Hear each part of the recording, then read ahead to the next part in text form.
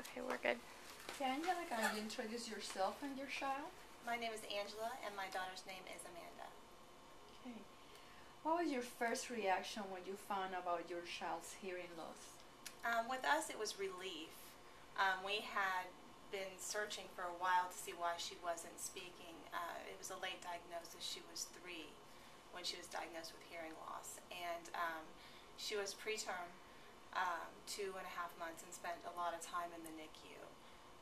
So we thought there were other issues to why we thought maybe she wasn't speaking. And she did pass her newborn screening ABR when she left the NICU. So relief for us was that we finally figured out what the cause was. So you knew what was happening then. Right, instead of we were researching all different other, areas. So we finally had an answer. Great. What did you what did you do once you found out about it?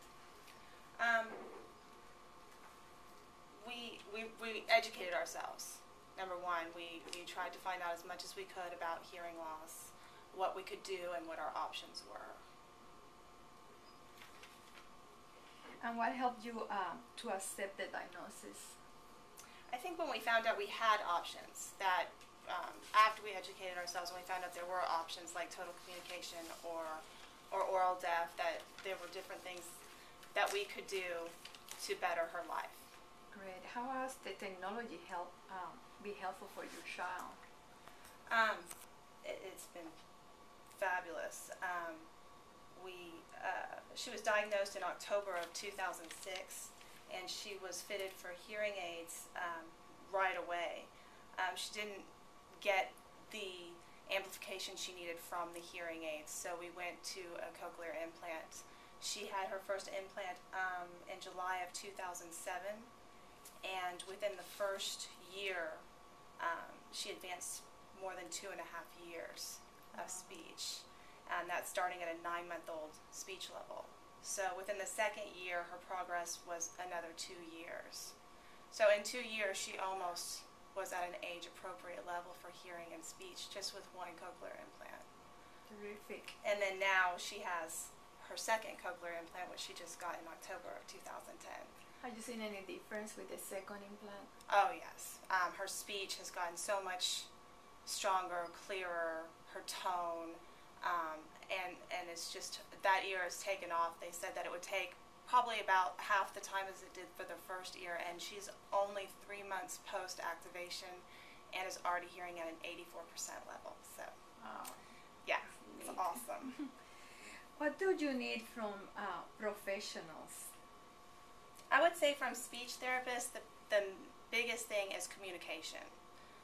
You have to be able to communicate with your speech therapist because they're actually there to teach you how to train your child, how to teach your child at home.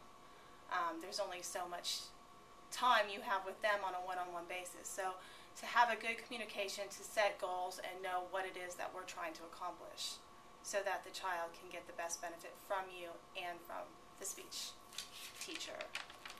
What about doctors? What do you need from the pediatricians and your doctors? Pediatricians to be knowledgeable about hearing loss, to know what's out there as far as hearing aids right now and cochlear implants. Number one thing is knowing the immunization schedule for children who need cochlear implants. To be able to, I know with me, with her, I asked the surgeon, he didn't know, my pediatrician, they didn't know, the audiologist didn't know, so I found myself looking on the internet trying to figure out what she needed because no one was really aware of that, and that is so important. What about the social worker? Resources. Other families, family stories, even if you don't get in touch with the family, knowing that there's families out there that have had the same situation and the same problems as you. So you have some sort of connection to other people. Yeah.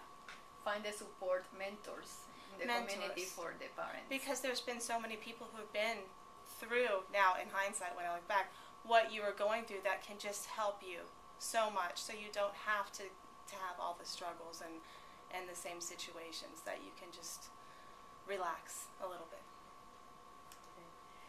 What was your most challenging experience? With us, it was trying to get her an ABR. We found out through the OAE and the ENT's office that she was getting no response as far as her hearing, and that she needed an ABR in order to diagnose her hearing loss. Because of her age and her lung disease, they would not do a sedated ABR.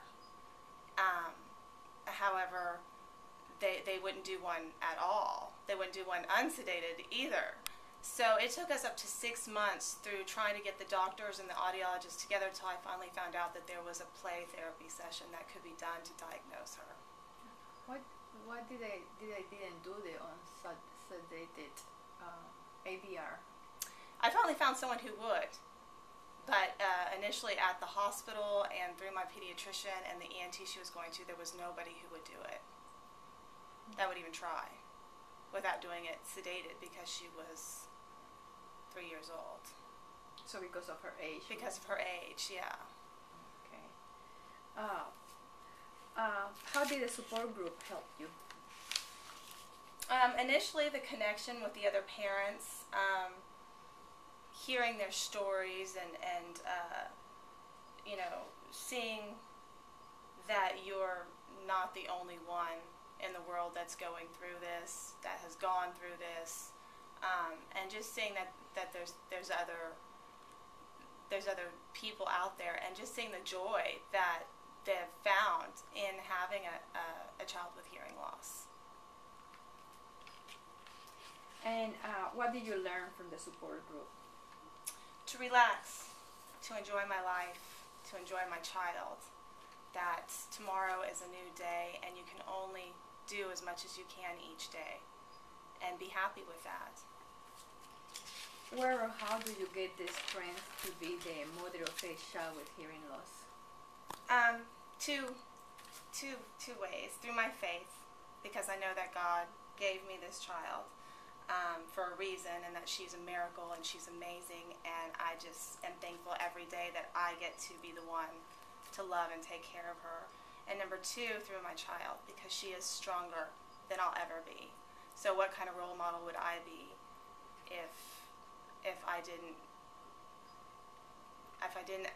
do everything that I do? Because she's gone through so much, through surgeries, through driving to school at 3 years old every day, 2 hours a day to get there and back. So she's the strong one, not me. She gives you the strength to keep on going. Yes, yes. That's great. What is the positive aspect of having a child with hearing loss? In my life, for me, it's that before having Amanda, I never listened. I never listened to really anything. I think I was so busy trying to run life around, and when you get to a point where you actually appreciate the small things that you didn't get to listen to before. We don't take anything for granted in our house any longer. Our health, hearing, anything, and everything's beautiful sound, to hear the birds, to listen to people, what they actually have to say, especially her. It's like you focus on what is important in life, and yes. then other things are not that important. No. Well, thank you so much for the